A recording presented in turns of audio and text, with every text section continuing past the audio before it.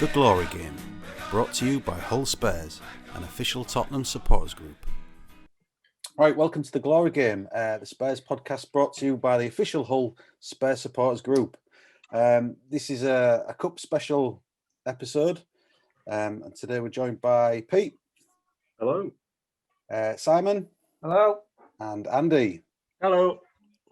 So, what has been a really eventful week? I think it was, 3 or 4 days since our last emergency podcast.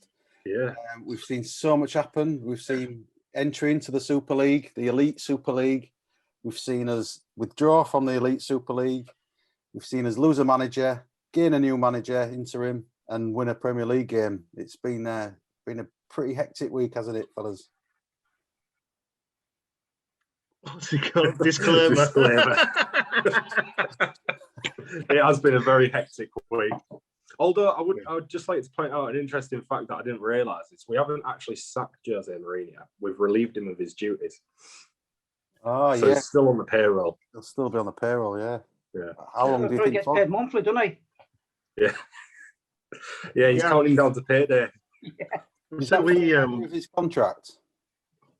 I don't know what it is, but we did the same thing with Pochettino as well. I was going to say it's garden leave, isn't it? And as we were talking the other night, we said, for what is being paid, being sacked, it's 93 million is being paid from being sacked from all his teams. From all his teams. Do you remember when he told Wenger he was an expert in failure?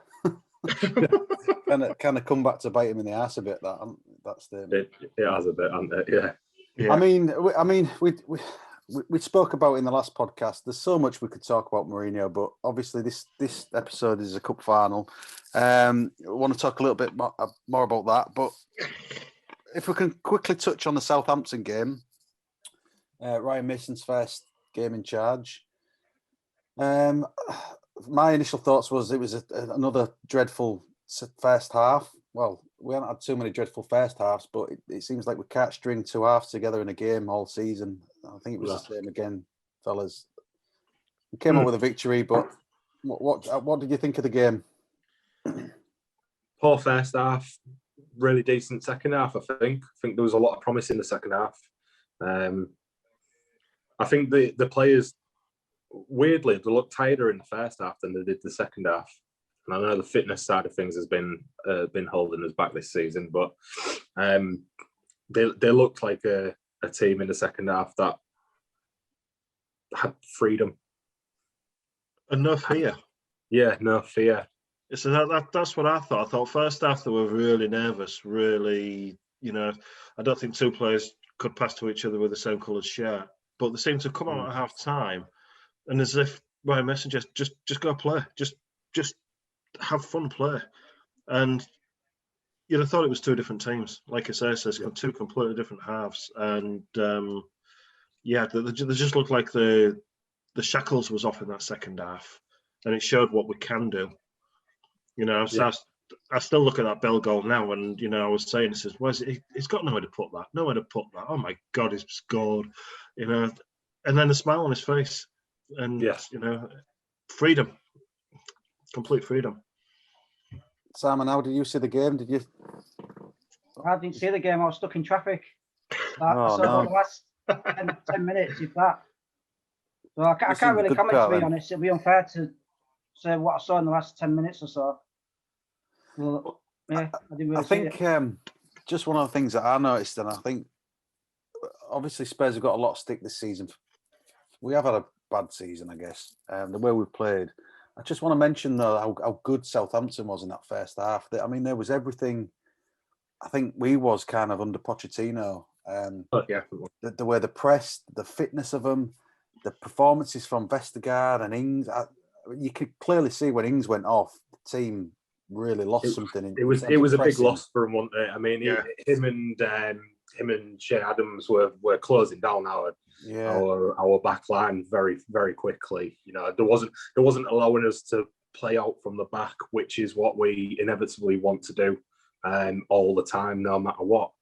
So that their game plan was solid in the first half, but as you say, when Ings went off injured, that was it. It was the sort of, they seemed to have lacked a bit of steam, even though there was still very, very good.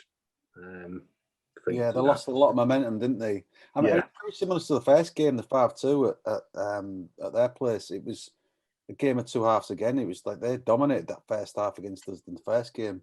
I think they've got a bit of a record for that this season, Southampton, in dropping off in second halves. Bit like us, really. I think on the they showed a table, didn't they? And I think they were about, I think they've lost maybe 2 or 3 points more than us from winning positions at half time. Yeah, we're level with them. Oh, they're level with us now. I think they'd lost 18 from winning positions, and we'd lost 20. And that game put them in level with us. It was a weird who's gonna drop the point sort of. You know what I mean? So. Yeah. So it's good to get the 3 points on the board. It keeps us in the race for the top four, I guess. I think we're 2 points behind West Ham now. We've had a game extra. For me, I can't see us getting that top four because I think Liverpool and Chelsea are stronger than us. But let's open now, because obviously with drawing out the Super League, it means that we've got something to play for. Yeah. So let's move on to the cup then. Obviously, it's the first cup final we've had since 2015, I think, against Chelsea. The League Cup, that is. I know we was in the Champions League. We've not played many big teams to get there, apart from Chelsea, which was nice beating them. We've not played many teams to get there with a bye. We got the bye, didn't we? It's a funny stat that as well. I've got a couple of stats up in front of me about that. Well, from 1966 to this season's League Cup, and that's the only bye that we've ever had in the League Cup. The only one. So I don't know what it's like for other teams. I've only got spare stats up here, but Pete, keep those stats handy, because I've got a Spurs in the League Cup quiz coming up. Yeah, I've got all them those answers nailed down. So with us having two managers this season, my first question really is to you all: do you think we've got a better chance winning the League Cup without Mourinho or with him? We'll start with you then, Simon. Yeah, without, definitely. He's clearly lost the players. We've said it in previous podcasts, haven't we? Players aren't playing for him. Now he's gone. It's like clean slate again for everybody. And everybody knows what Ryan Mason's been through in the past, and he's a legend and all that. So they're going to look up to him now. And he's going to say to them, this is your chance, go for it. So they'll probably give him 100% more than what would have Mourinho in charge. Mm. You know, just picking on the word you used there, legend. You know, once upon a time it was about a man pulling a sword from a stone, and now it's if your mate comes back from the bar with a bag of crisps. You know, it's banded around lots, isn't it? Now the word legend. Yeah, I think you're right as well. So I should have said leg end. Leg end. I think we've got. I would say if you had to pick one manager in a cup final, a one-off game, the manager that you'd pick would be Mourinho. However, with the way that this season has gone, obviously we've not done too bad if you look at the stats and everything, but which is weird. But I think the way that the negative sort of aura around the team, everything negative in the media, the negative attitudes of some players, the negative attitude of Mourinho for all, if all the reports are correct, I think probably we stand a better chance with Mason, just purely because I think the players will be told, don't worry about it, go have fun. Well, we're the underdogs in the game anyway, with Man City being the team that they are, but have you heard his comments today? Mason's comments in the press conference. I haven't seen the press conference. Whether or not we get over the line on Sunday, he says we'll try our best, but we'll have our identity and DNA back, and we'll be Tottenham Hotspur again. Good. He knows what to say, doesn't he? I mean, that means we're going to lose then. Well, he's backing it up, isn't he? Is limiting expectations, which I don't think any true Spurs fans thinks that we're, it's Man City. They're a phenomenal side. Even if they put the second string out, they're a phenomenal side, and we're going to have to work bloody hard to get the result. But I've said before, I'm even the other night, it says, I'm not bothered about the result, but if those players come off and they're given their all, fair enough. You know, that's all. That's all you can ask from your team, isn't it? I often say, you know, I don't care about losing as long as we've played. You know, it's when you lose with like the Champions League final to a terrible refereeing decision or rules, you know, being what they are, or the players haven't put their all in, and you know, if you go out there and you like the Everton game in the FA Cup this season, you know, we were poor, but they still scored a few goals, and it was an entertaining game. You know, it was terrible to lose, and it wasn't a great feeling, but at least there was entertainment there, and we looked like we was playing a more attacking side. So I think, as long as we go out there and we play a game, I'll be happy, come what may. You know, I think going into it, it feels like it's an extension of the season in terms of you just never know how to judge stuff, and it's been such a conflicting season where at points we've been doing really well, we've been top, but yet not playing great. So there's that kind of conflict between that two, and then going into this, you think, well, you've just sacked a manager who wins trophies. Yet he's not demonstrated that in the 2 seasons he's been at Spurs. You know, as we said in the last podcast, where's the Mourinho masterclass been? And then you offset that with Ryan Mason. He's never been a manager yet. I think we've got just as good of a chance as winning it, because for every Mourinho master, I don't know, tactical setup, he's not going to be playing Bale and he's not going to be playing Alderweireld probably. So what you lose with Mourinho, you probably get, you know, in exchange of Bale playing and, you know, people putting in a performance where they're going to probably put more into it. I think we've just got to look at it like we've got some amazing players in this side, and we've beat Man City twice out of 3 in the last 2 years. I don't know. The league, I mean, we've won 2, haven't we, and lost 2, I think, or drawn 1. And you've got to remember as well, I mean, we'll have the 12th man on our side on Sunday with VAR. So well, the point I'm trying to make basically is, like, you know, we're not a League One side, or we're not like some plucky underdog. We've got some great players. You know, we could potentially go out there, and if we play to our best, we can beat Man City. I think one of the biggest things that, you know, and I've said, like, when we got to the final, the possibility at the time was Man City have got a Champions League semi-final next week.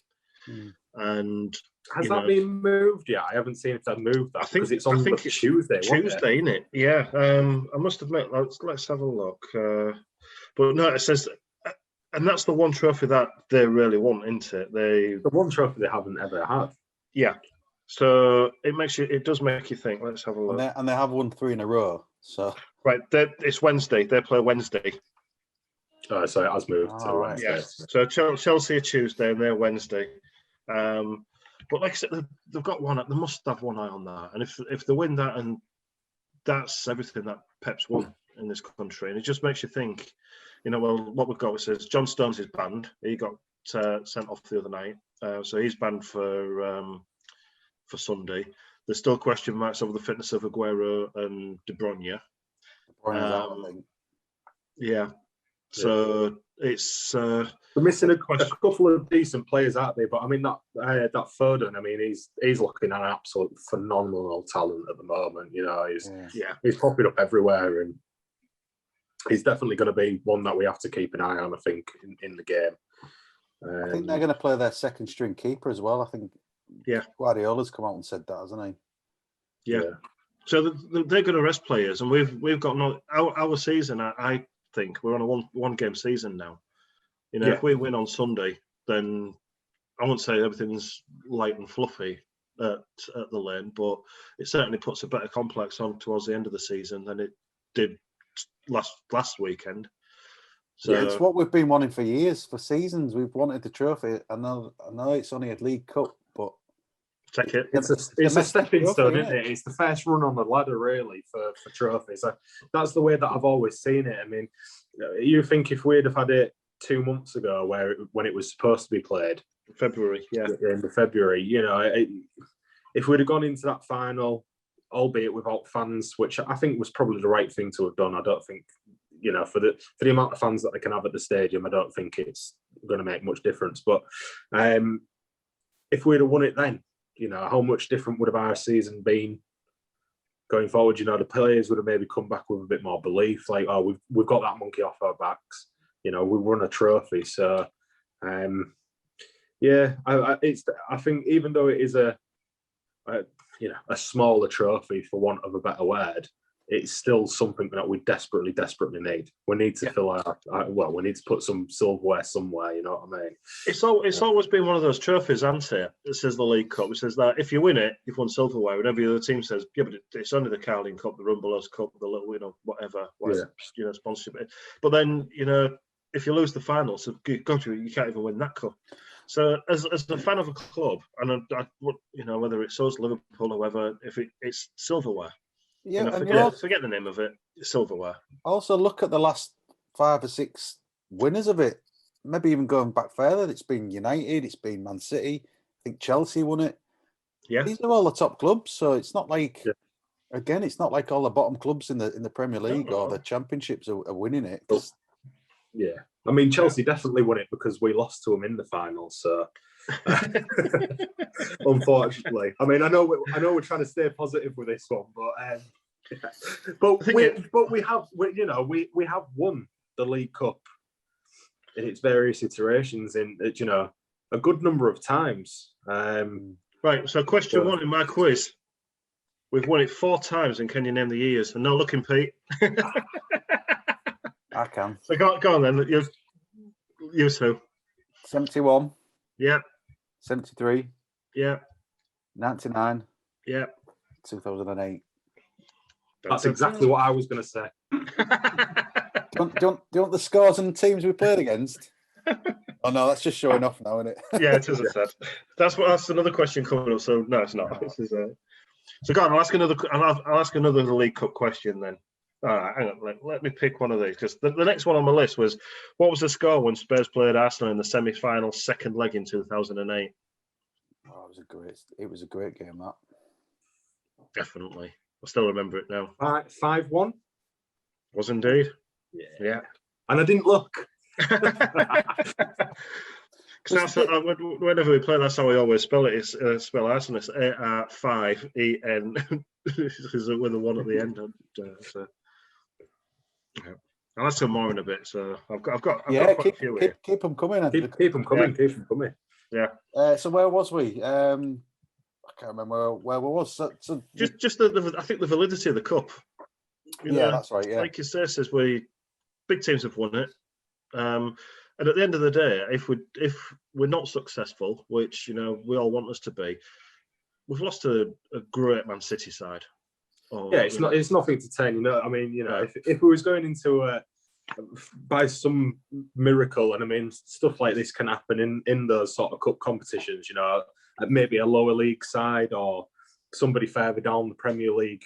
I think Swansea was in it one year, not too long ago, and stuff like that. So, you lose against a team like that, and you think, well, we were a better team, or we were a better team on paper. It's a little bit harder to take than look at Man City's team. They've got 2 really decent squads there. They've won the Premier League. They've won the League Cup for the last 3 years, or is it 3 out of the last 5 years, or something like that? So it's not as daunting as I say, playing against a smaller club. Again, for want of a better word. Do the winners get a Europa place then? No, we go into this new European Conference League thing. Is that So what happens then if we get Champions League spot as well? And does that go to the runner-up? I'm not too sure how it works actually this season. It's not something I've looked into because, to be honest with you, I don't care about that cup.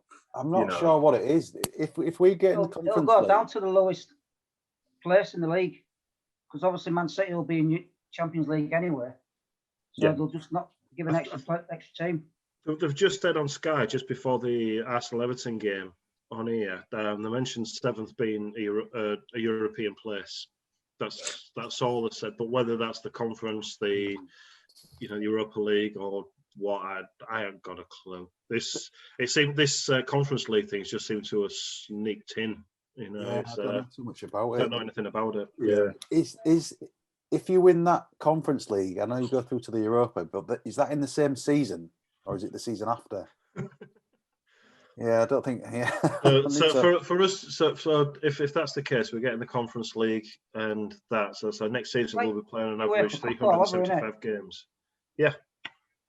It's years ago they got rid of the European Cup Winners' Cup because there was too many games, and then all of a sudden all these extra teams came into Champions League and Europa, and now another series of games, and it's going to be like going to the backwaters of Europe, and to me it's a sort of competition. It reminds me a little bit of the Intertoto Cup. Remember when that had reared its head? Yeah.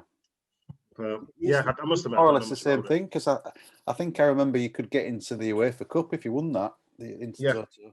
And I remember actually when we played against, was it? And we got beat 5-0. It was like Colne or someone like that, like some crappy side.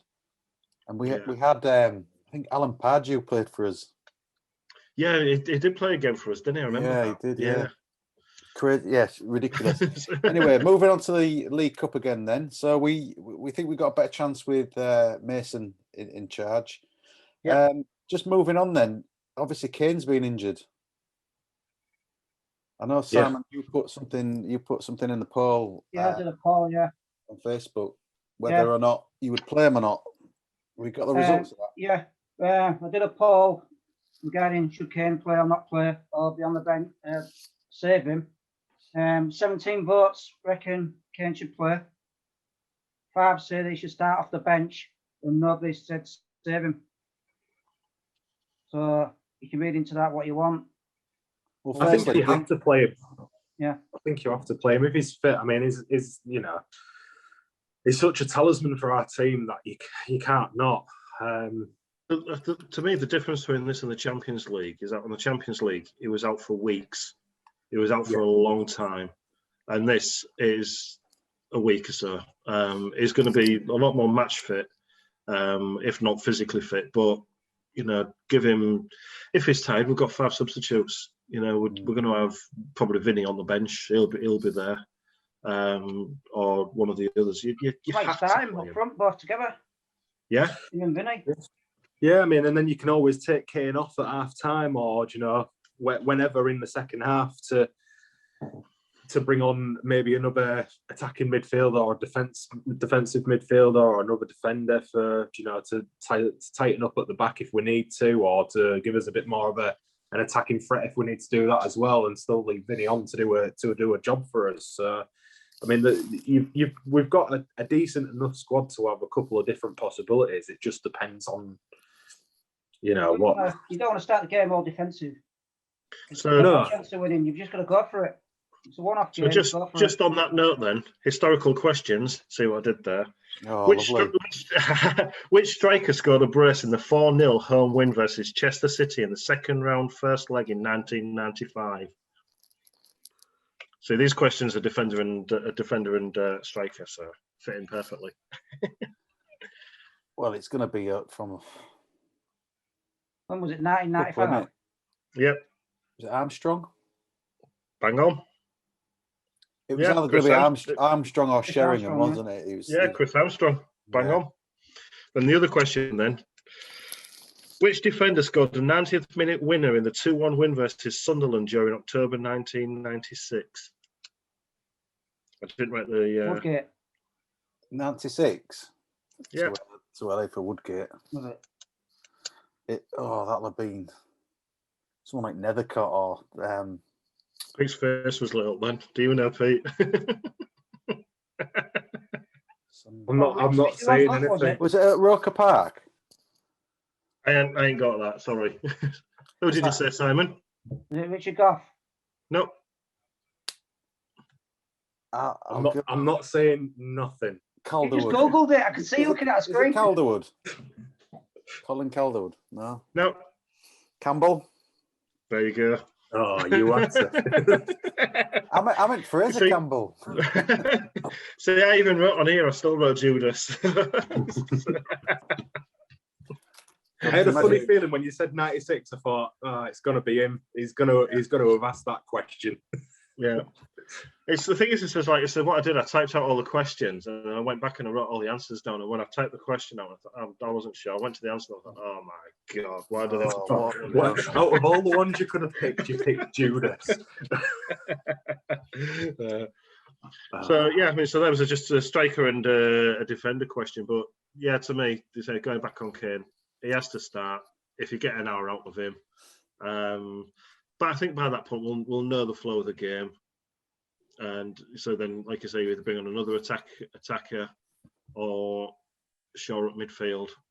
I say shore up, probably shore up defence, because when you think about shoring up midfield, this is you think. You send Lamella on, don't you, to do a job? Yeah. I don't think that is a valid point though about the midfield, because I know Tanguy's not on form at the moment.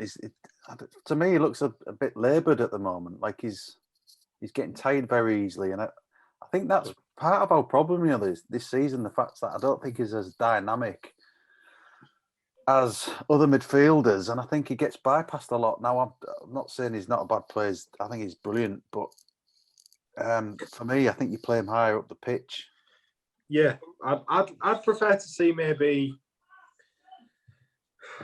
Højbjerg and Winks as you sort of holding midfielders, with maybe Winks taking a bit more of like a deep lying, creative role, and Mbele a little bit fair, just a bit in front of them to create like a bit more. I thought Winks looked pretty sharp the other night when he came on. You can see his confidence has just gone through the roof, hasn't it? Yeah. You don't think Lo Celso could do that role? Because I think Lo Celso is quite combative. He's quite tenacious as well. Do you think he's better in that like double pivot than Ndombele? I wouldn't play him in the final. I think he's a fantastic player. Don't get me wrong, he's a fantastic player. But I mean, he's just come back from an injury. He didn't have a particularly good game against Southampton. I was just going to say that I thought it was, I won't say appalling, but I don't think he could put two passes together the other night, and I just didn't see I think he's just off it. I think he's just off it because he's been out for so long. I think if in a final, I don't think you can risk that. We have to have everybody. We don't need passengers, do we? No, exactly. You're taking a space off of somebody. As I say, I mean, I know Winks hasn't played. Yeah, I just laughing at that saying whether we don't want passengers, and there we have just saying that Harry Kane's got to start. It's mad, isn't it? It's absolutely mad. But the thing is with Harry Kane, he's not a passenger. He will do a job, and even if he doesn't, I mean, you look at his stats this season. Even if he doesn't score a goal, he'll create one. Either through an assist or through pulling defenders wide, to then slot it, to then get somebody else to be a runner through the defence and stuff like that. So, he will do a job. Whereas Lo Celso, I think, and I, as I say, it's no disrespect to him because I think he's a cracking player and I think he's been unlucky with his injuries, but just don't think we could have him starting. Maybe not even as a sub.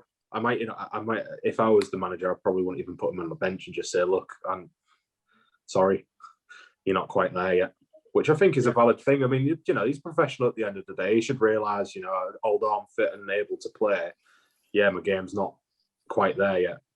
Yeah. He's very similar to Lamella as well, isn't he? And I think Lamella's a lot fitter than him. And yeah. Well, it's Argentinian, isn't it? Well, if you believe the reports, if you believe the reports, is Lamella's been linked with a move to Napoli in summer, so this could be his swan song, But I think going back to the Kane thing as well, look, imagine if the story was that the only trophy that Kane picked up, he'd never even started the game. I mean, the press would batter him with that. They would. They'd absolutely. And the other fans would, I think the fact that he came out that game with no strapping or boot or anything like that, I think that's a positive sign. I mean, he's been on the he's been training today as well, on-field training, so only by himself, and it went from, I think Ryan Mason had said it's gone from watching it day to day to watching it hour to hour. So yeah, I mean, I think it's looking good. It's looking good for Kane starting, or at least playing some sort of role in the game. So yeah, I think he'll play. So how are we going to beat Man City then? Because there's that argument that if you go kind of toe to toe with them and play football, they're a great side. If you go too defensive, I can't imagine a scenario if we go too defensive where we don't concede a daft penalty or a handball or some kind of foul in and around the box. And, you know, if we invite that pressure on, I just don't think we're good at doing that. How do you think we approach it? I think we've got to play our game. I think every man that we put on that pitch has to do their job to the best of their ability. So if you pick Serge, for instance, he's not going to get caught out. You know, the holding midfielders or midfielders, if we play two, they don't get dragged too far. The attacking midfielders have to, you know, drop back and, you know, do their defensive duty as well. But, you know, if we attack, we've got to go on. We've got to play our game, and I don't think we can worry too much about Man City. You know, they could tear through anybody. We've just got to go out and play our game and let every man do their job, but do it to the best of their ability. Yeah, I think it's a difficult one because personally, I think the way that you beat them is with a good counter, a good fast counter. You know, as you said, Matt, I don't think you can go toe to toe with them, and I don't think you can try and play. Or I mean, even trying to close them down, I don't think you can do that because they're very good at getting out of situations and the brilliant passing. You know, they're a fantastic team. You know, they're a fantastic footballing team. So I don't think closing them down quick and stuff like that will benefit us. I think that'll leave us more exposed. I think I think we'd have to play a counter-attacking system, really. As much as that would probably go against us as well. If you go too defensive, Man City are just going to bombard them everywhere up front. So you're just going to go for it. Both teams are under both pressures to win a trophy, so it's going to be one of them games where it's either going to be a thriller or our scoring game or dud 0-0. Yeah, that. Take a leaf out of Ozzy Ardele's book and just, you know, score more than them. Yeah. Well, that's what you want in a cup final, isn't it? Run around a bit. Yeah. Just go run around a bit to Pavlyuchenko when he told him. I think, to be honest, to answer the question, if Spurs have a good chance, it's going to be splitting their two centre backs. Yeah. Who do you think it'll be? Split them apart and try and get in the middle of them, and should be all right. Will it be Diaz and Laporte, do you think? I'd have thought so. I mean, it's not bad. Yeah, I'd have thought so. It's not a bad back four, is it, when you got them two? I mean, yeah. The you know, they're blessed with that sort of thing. I think all we need is Kyle Walker to put a picture out on Instagram saying this will be fun, and it'll be all, you know, all fun and dandy for us, really. So I think it's a tough one to call into this game. It is a tough one to call. I've got a feeling Bale's going to have a good impact into the game. I've got a feeling he might score like a really good goal, you know. Yeah.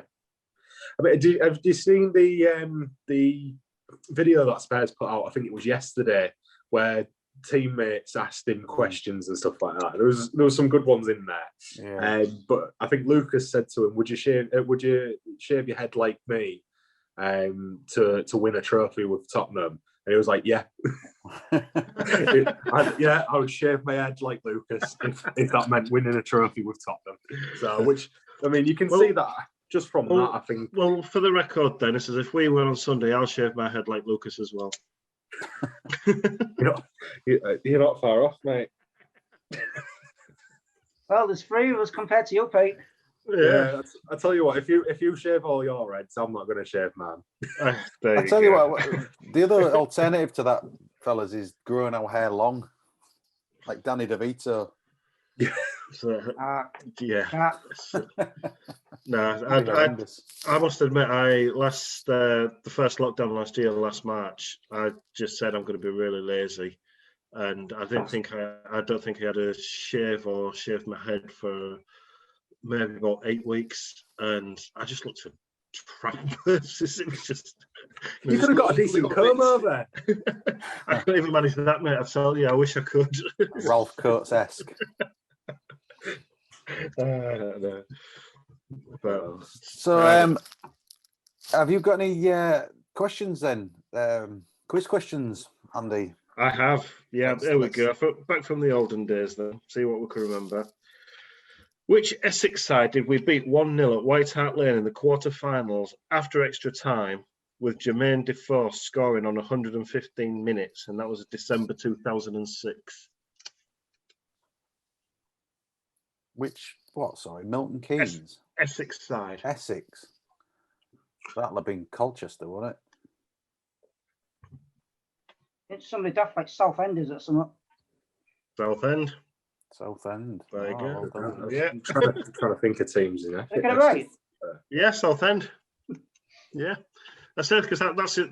Yeah, so you mentioned Colchester, Southend. After that, I'm buggered. I haven't got a clue. Yeah.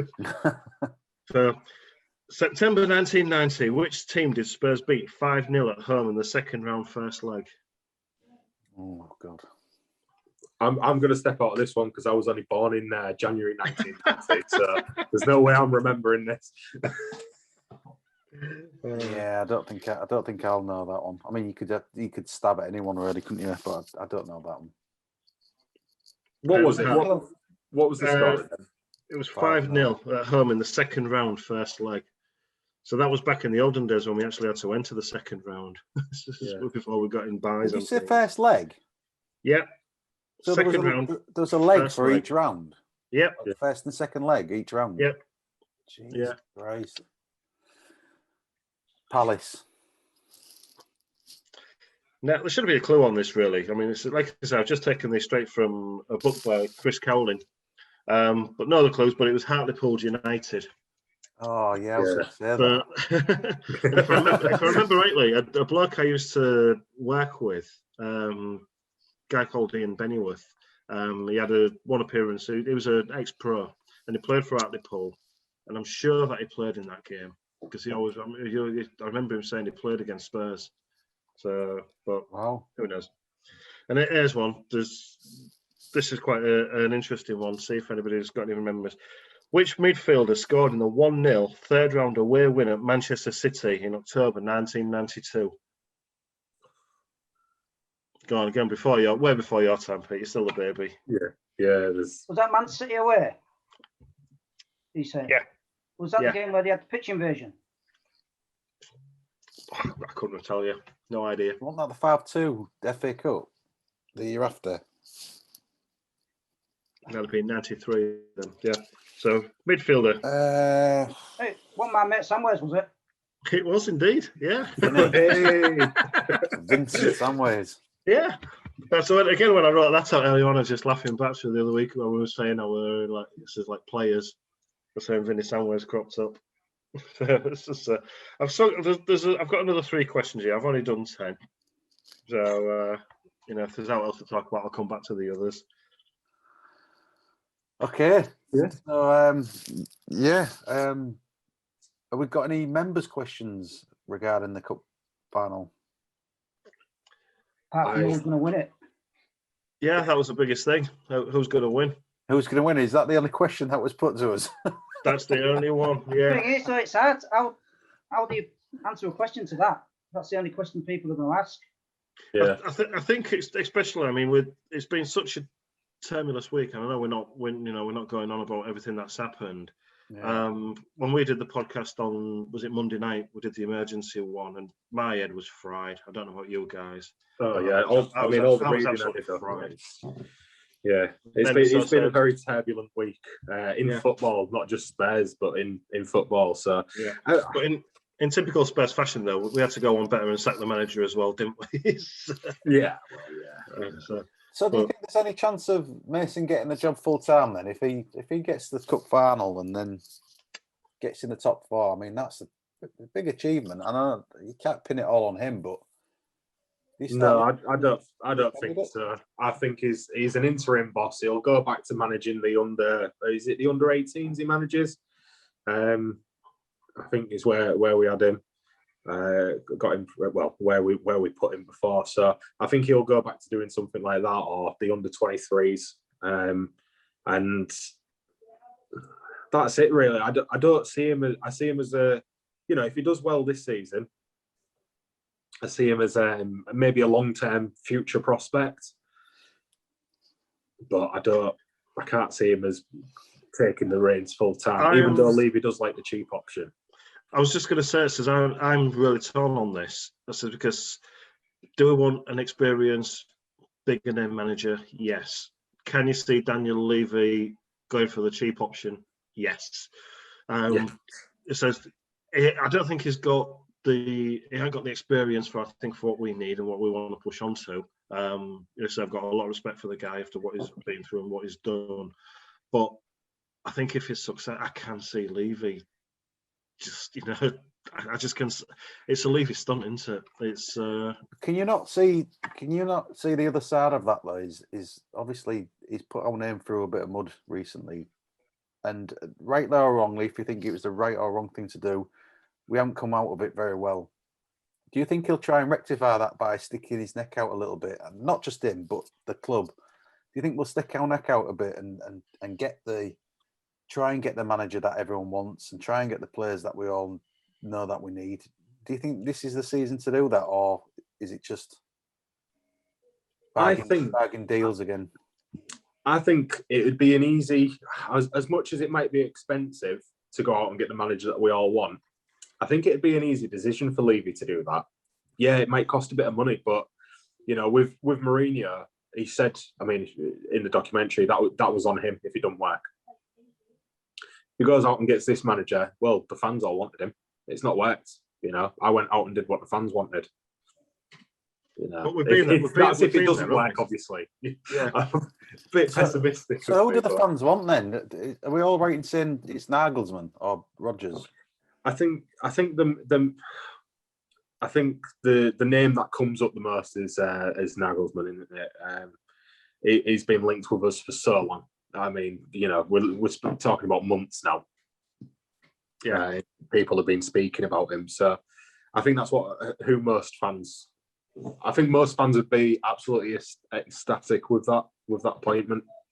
Is that because it gets us back to the Pochettino way of pressing and lots of energy and high tempo, high intensity football? Because they was great against us, weren't they, in the Champions League? Yeah, I was so impressed with them. It's so difficult, isn't it? Because again, he's a young manager. He's not experienced here.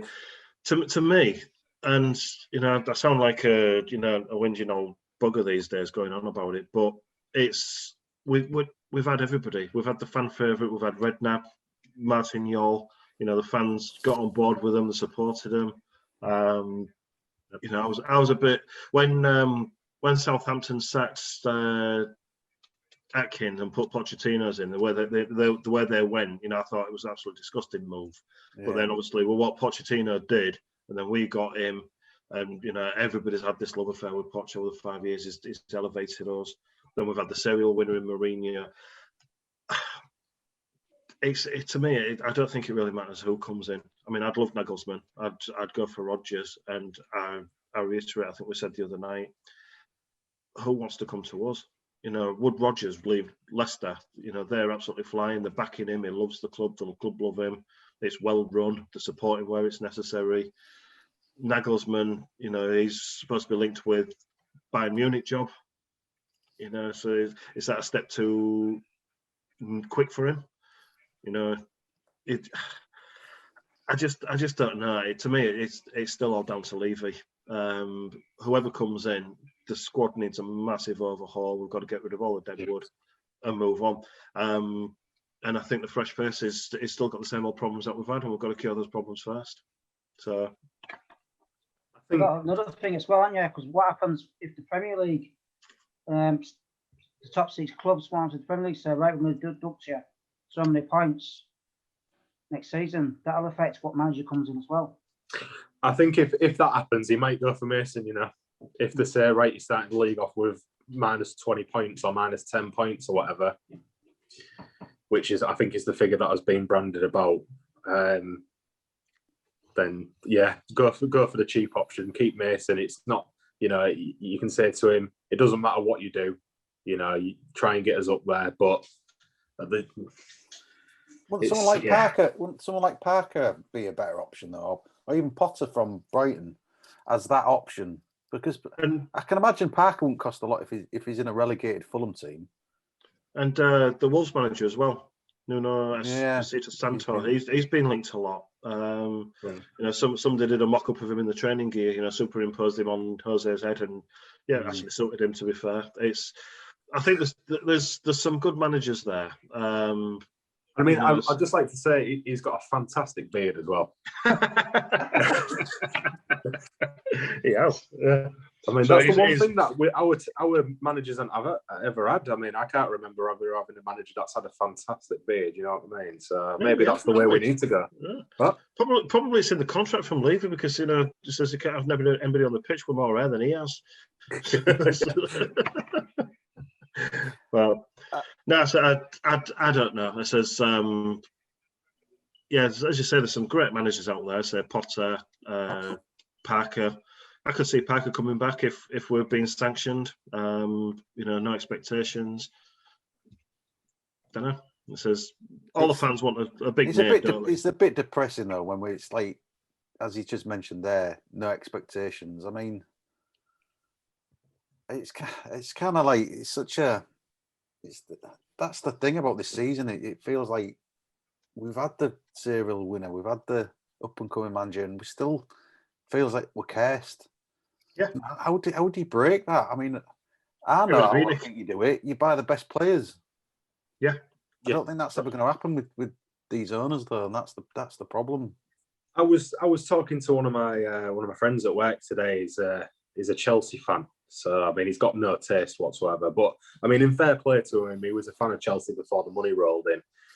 And he said to me, unironically, he said the best moment was of being a Chelsea fan for him was when Roman Abramovich bought the Champions League for him. Yeah. And, I mean, and he used them words. So, yeah, you need to spend, don't you? In this day and age, you need to spend the money. You do. There's no coincidence that the top clubs are the ones that spend the most on players and spend the most on wages. I think we're a bit of an anomaly with that, really, in terms of, although we have spent a little bit more recently in the last transfer window, the last summer transfer window.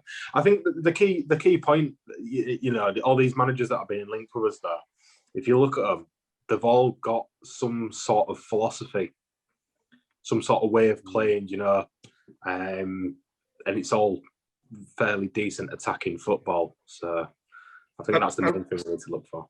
I read something the other day on Monday, and it was from Alan Sugar's first autobiography. And he said, like, when he first bought Spurs and went to the inception of the Premier League, they all went. And all these, you know, say, for instance, the FA and Sky gave them, or B Sky being those days, they gave them £150 million each.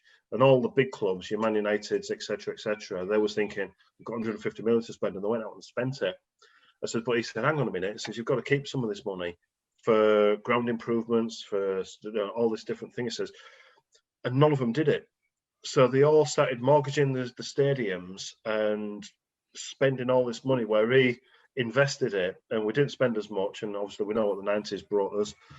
But, you know, then all of a sudden they say, coming home now, these clubs, they're worth 500 billion, but the 501 billion in debt. You know, because and all their assets are stored up in the players. And like I say, it's just heaven forbid. So somebody like Man United, if Marcus Rashford and Bruno Fernandes, they had career-ending injuries, that's a lot of money they're throwing down the pan. Where Spurs have always been pretty financially sound, you know, since Ian took over. We're not ripping up daisies and you know, spending everything. But at the end of the day, we're a pretty well-run club. and they want us to run within our means. Very well run club, yeah. I think that business part of it, I don't think you can criticise them at all. The only thing is, I mean, you know, as Joe Lewis is when he bought the club, was his vision to not spend his own wealth? I mean, you can understand why, and is it this self-sufficient club, which I think actually Chelsea started looking at that model, and they've become more self-sufficient with loaning out players and making lots of money from that and stuff. When ENIC first was interested in Spurs, they had investments in, I think it was Grasshopper Zurich, Rangers, Slavia Prague, AEK Athens, I think it was. They had all these different assets in all these clubs. And the idea is again, I should stop reading, it's bad for your health. Yes. But I read this article the other day, so that when they was first interested, they had all these little bits of pots because they saw the potential money value in football and the way it was going. And then the opportunity came up to buy into Spurs with a full foothold. So it was and at the end of the day, it's English National Investment Company. They're an investment company. You just have to look at the Tavistock Holdings that are the big business above ENIC. And they're interested in investment, and they've got a fantastic investment in Spurs. And unless somebody comes in with an absolutely shitload of cash, I think on podcast 1 or the first one I came on, I said one of the best things that could happen for Spurs if the Grim Reaper pays somebody a visit is, but I don't know. It's tough. We're well run. Do we want to? I suppose this is a good question for another podcast. Is would you sell your soul to the devil if we had the success of Chelsea and Man City? If an Arab or Chinese investment company came in and bought us and threw all the millions at us. But what does that mean, selling your soul? Because Man City have got that on, and the infrastructure that they've put in within Manchester and the community and stuff is amazing. Yeah, and obviously they moved into their new ground. I mean, obviously, and it was the Commonwealth Games. Commonwealth Games, wasn't it? It's Commonwealth Games ground. But I mean, they've built that area up, and they've become a bigger club over the last decade or so. So yeah, I don't really see it as selling your soul as such, because the soul and heart of any football club is going to be the fans, as it's been proven over the last few days. And that's the lifeblood of it. So and I think Spurs, you look at a lot of those bigger clubs. I mean, we all make jokes about Man United fans having further to travel to a home game than most other teams and stuff like that. They all live in Cornwall and London. And again, you've got your plastic fans at Chelsea and Man City and stuff like that, your glory hunters and stuff. So Spurs, I feel, out of all them clubs, we've got a very good fan base. The only one that I would say would be on a par with us is somebody maybe like Liverpool. With a decent big fan base that has got a good identity. So I think you can't buy that.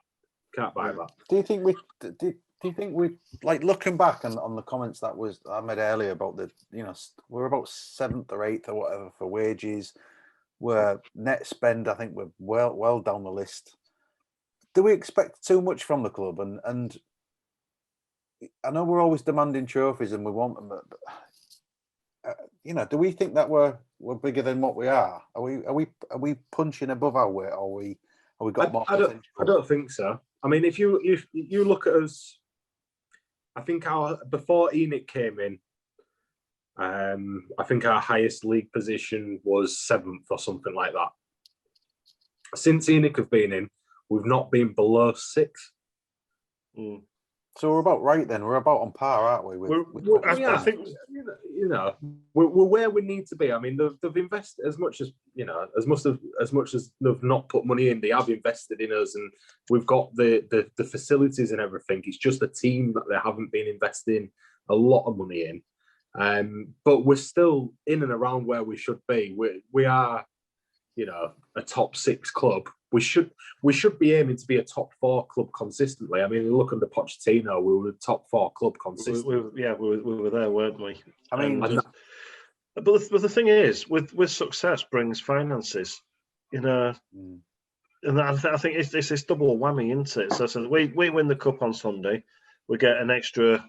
I know it's probably not much, probably say 10 million as a guess.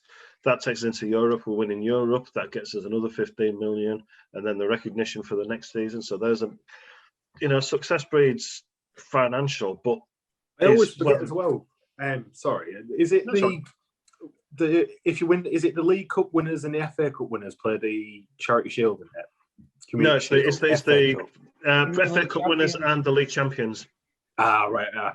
That's where I was getting confused. So no, we haven't got a chance of an early trophy next season then. We have. We'll do an American season, like the Aldi Cup. Oh yeah, we could get the Aldi Cup again. Yeah. But I sort of agree with what Pete said. I think we are where we are. So to keep up with the teams above us, your Man United, Liverpool, Man City, Chelsea. So I think those 4 are above everybody else. Yeah. But do you know what the frustrating bit is though? Is the fact we kind of. This might sound like I'm feeling sorry for Spurs, but I think we really get torn to shreds in the media, and I think they love taking the piss out of Tottenham for almost wanting to be a successful club, and it's almost like get back in your box, you're pathetic, and I think that's where our frustrations come from, because we know that, and I've said before, we've got a big enough draw in the fact that Spurs are in London, they've got one of the best stadiums in the world, they do pay good wages, they've got some amazing players. Why not?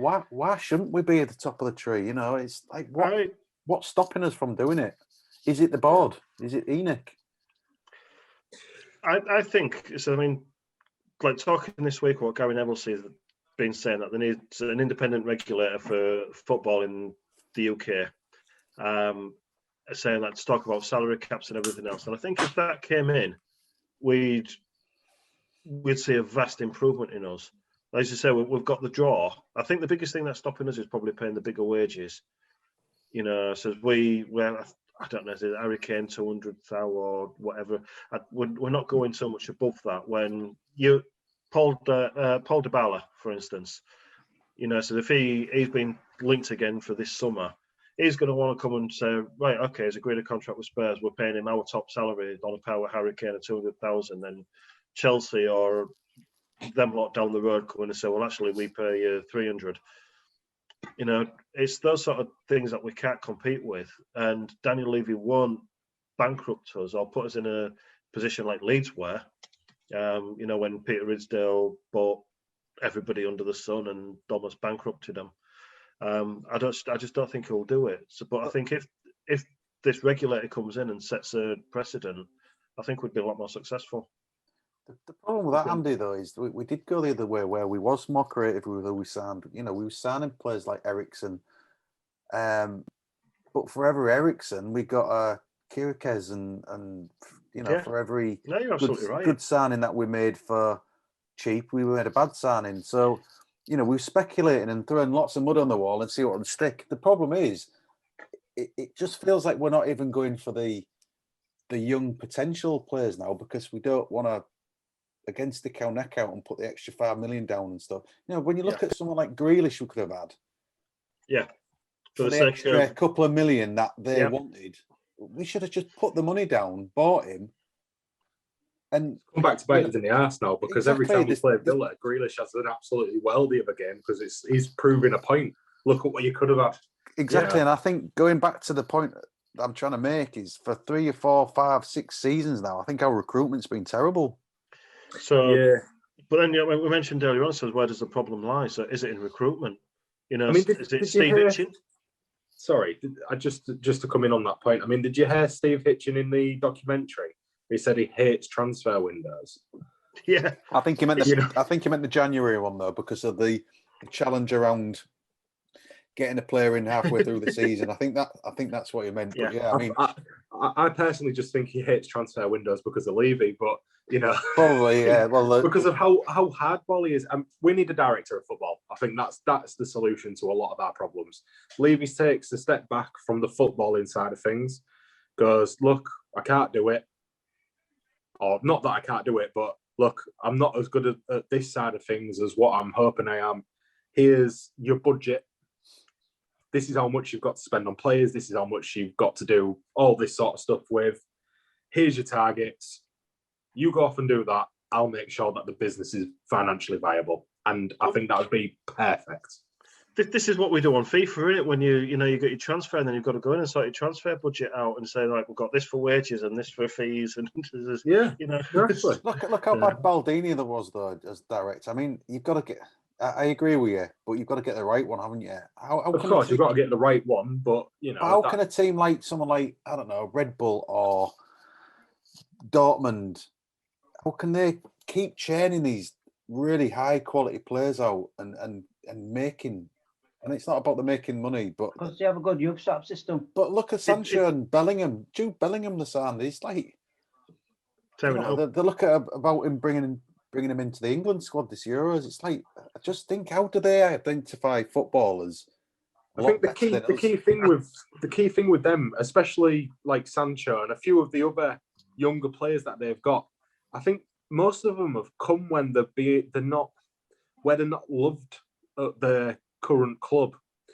They've gone through the system at, say, for argument's sake, with Sancho, at an English club, Man City. They're maybe not deemed good enough, or they've maybe got potential, but the risks outweigh the potential. A club like Dortmund come in, see that, oh, well, he looks all right. They get a bit of a love for the game back. They get that confidence, oh, somebody does want me and a good club wants me. Then they're willing to, run through walls for him because they've been given a second chance. And then it snowballs from there. Do you think in England, I mean, there's very, very few youngsters that break through young in the English clubs. I mean, Wayne Rooney, he was 16 when he debuted for Everton. To me, this age-old argument is, if you're not too young, if you're good enough, you're old enough. But you don't see many. I know, like Dennis Gallagher's just turned 17, hasn't he? And I know he's had a few minutes here and there. But you don't get these 16, 17, 18-year-olds that are absolutely blistering, being pushed through in the big teams, or so that's why they end up looking at going abroad. And I'll just take it obviously because it's the League Cup podcast. I'll sort of make a little segue back into that. With Man City. Now, Foden, I think they have managed that player so well over the last few years. He looks like he's been around for years and years and years now, but he's been given minutes in Premier League games here and there, coming on for 5, 10, 15, 20 minutes here and there. He's been given, maybe a few starts in the FA Cups, League Cups, a few, subs here and there. And they've sort of developed him as a player through that system of being around the first team, still getting minutes, which is what you need as a young player, I think, is you need a lot of minutes in your legs. But he's 21 in May. Yeah, but I know he's 21. Yeah. I know he's not young, but he's still a young player. Yeah. You think, was it maybe 3 or 4 seasons ago? That's when they started bringing him through. So yeah, he was quite young back then. And I mean, look at him now; he's phenomenal. Mason Mount is another one, 22. He's 22 at the minute. So yeah, I mean, you're right. I mean, they're still young by comparison, aren't they? It's and it's the way that they're nurtured. So then, well, again, you've got to point the finger. Is that, for instance, like, is that Mourinho's problem? Is what he had at Spurs? Is he not bringing those players through? I know, obviously, he's given Den Scarlett his debut and Tavernier and etc. I'll take it back to what I said in a previous podcast. Pochettino ruined our youth setup.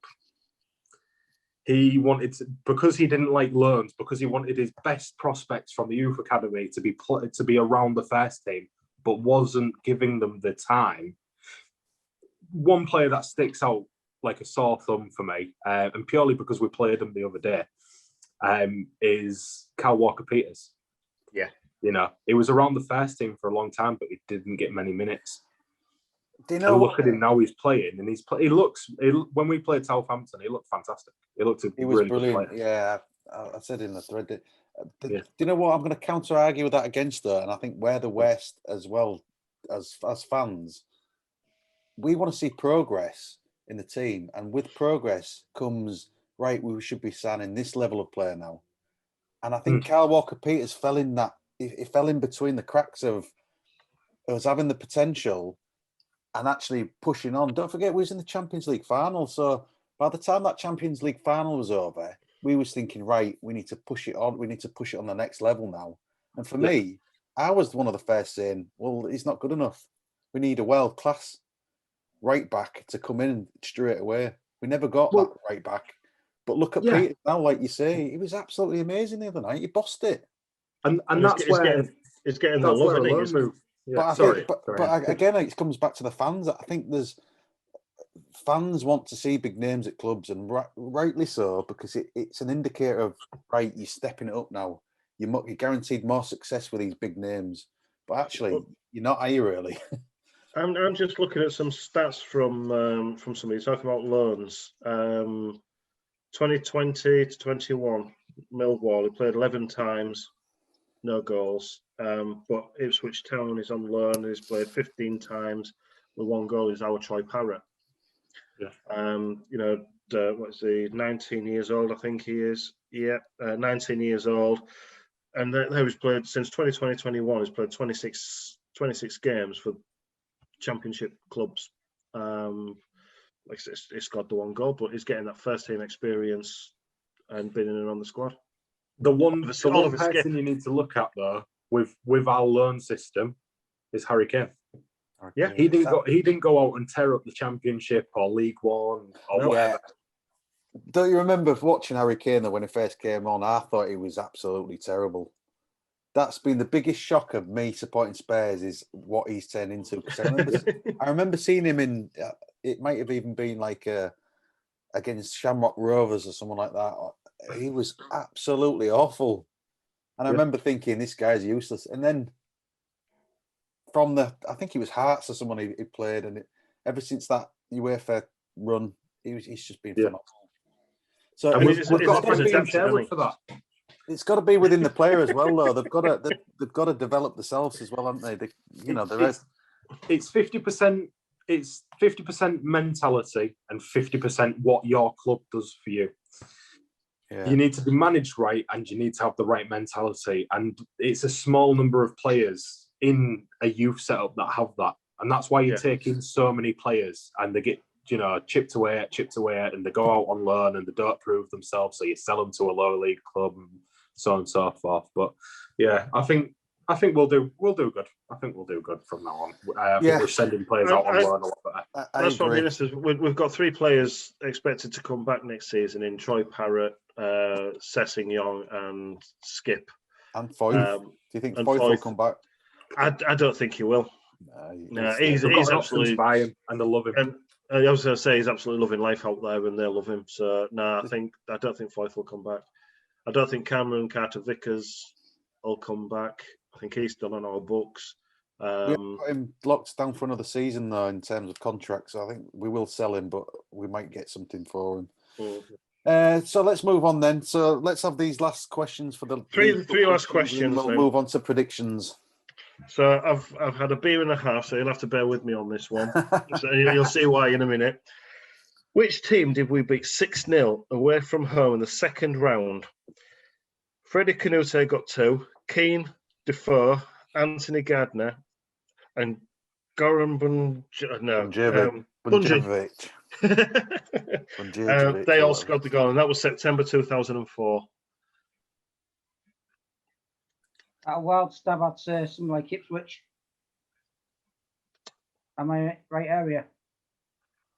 I was going to a say bit further north. Yeah, a bit further north. Sunderland. A bit further south than Sunderland. Bradford City. Think Lancashire area. Preston. Getting closer. Blackburn. Burnley. Go on, keep going. Rochdale. Chester. Chesterfield. What are you saying, everybody? But just tell Man us. United. Put us over. Man City. Man City. Oldham. Oldham. Oh, I don't remember that game. Yeah, I remember that one. What was the score when we played Doncaster Rovers away in the second round in August 2009? Didn't we get knocked out by Doncaster under Pochettino, or was close to be getting knocked out? I seem to remember. I think we did. Was that an FA Cup or something? Yeah. I don't know. God, I mean, you think Spurs Doncaster Rovers, don't you? It could be. Oh, the classic, them classic encounters. Yeah. 7-1. Pete, he's looking at his screen. He's googling. He's definitely googling. He's trained his beard. He's trained his beard to type in. It was 5-1. 5-1. Yeah, to us. It could have been anything with Spurs. Well, I was expecting you, Peter, after your amazing prediction earlier on in the season, to come up with something wild and wacky. And the final question I've got then: in what year during the 1980s did Spurs finish runners-up? 82, wasn't it? It's against Liverpool. It was indeed. Yeah. So all those questions there from Chris Quavlin's Ultimate Spurs Quiz book. So I'll give a shout out to him. Very good. He does a lot of the. I think he appears on the Spurs Show. I don't know if you listen to the Spurs Show podcast. I think he's on there. It did a lot of the. It went around every week when they was building the stadium. Seeing the updates and everything, and I used to love watching his videos week after week, seeing what they've done and how many panels they put in that week, and it's really interesting. He seems a very knowledgeable bloke. So it's just, So thanks for his little book. Right. Okay. Let's move on to predictions then. We'll finish up in a minute, but before we finish, let's Pete. How do you think the game's going to go, and what's the score? Well, I've got two outcomes. I think I'm either predicting a 3-2 win after extra time for us, or that makes my teeth itch even thinking about that. The stress involved in that. This next prediction is going to make you itch even more. Or a 2-2 draw with us winning on penalties 5-4. That's very specific. It's a bit, isn't it? Have you got like a Back to the Future almanac or something? I borrowed Andy's from him. Both of them sound amazing at the end, but horrendously heart-wrenching. Sitting on the edge of your seat, standing up for the final 20 minutes. Yeah. Oh, Simon, what do you think? We have it any other way though?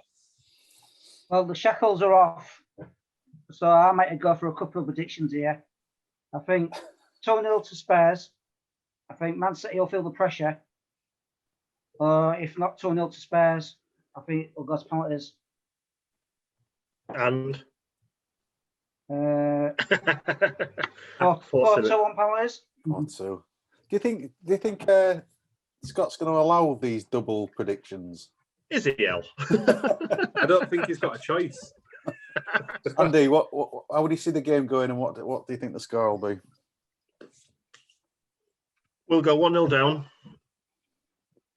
We'll equalise before half time, and we'll win 2-1. Oh, that'd be great. And I think we'll score probably 10, 15 minutes into the second half, and it'll be bum squeaking time for the last half hour. I think they'll batter us, but we'll hold firm. I don't know what sounds worse, my prediction or yours. Well, listen to this then. I've got a scenario, and I'm sure you can all think of a scenario this has happened before. I think what'll happen is we'll go 2-0 up, and we'll be like, fucking hell, we can do this. But I also think we'll get beat 3-2, and I think it'll be like a last minute heartbreaking. They'll get a penalty against us. I can assure you that now, because they do. Who's going to give away the penalty? It's definitely going to be Serge Aurier.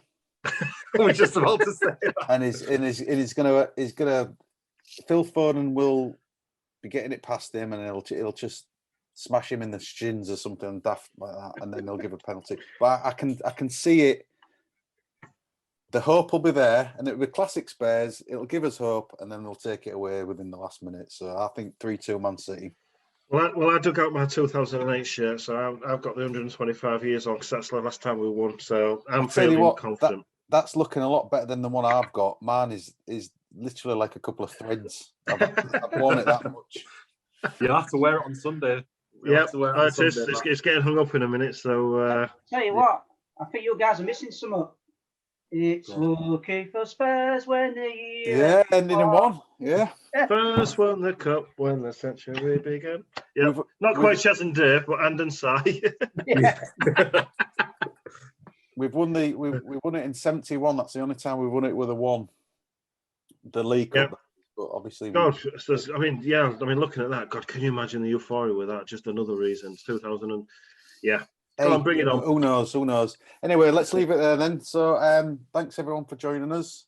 Yeah. Look forward to the next podcast where hopefully with a League Cup winners. And come on, you Spurs. Come on, you Spurs. Spurs.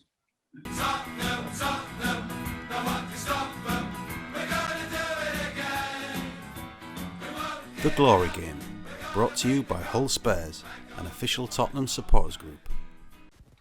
The personal views and opinions expressed in this podcast are those of the authors and do not reflect the official position of the supporters group.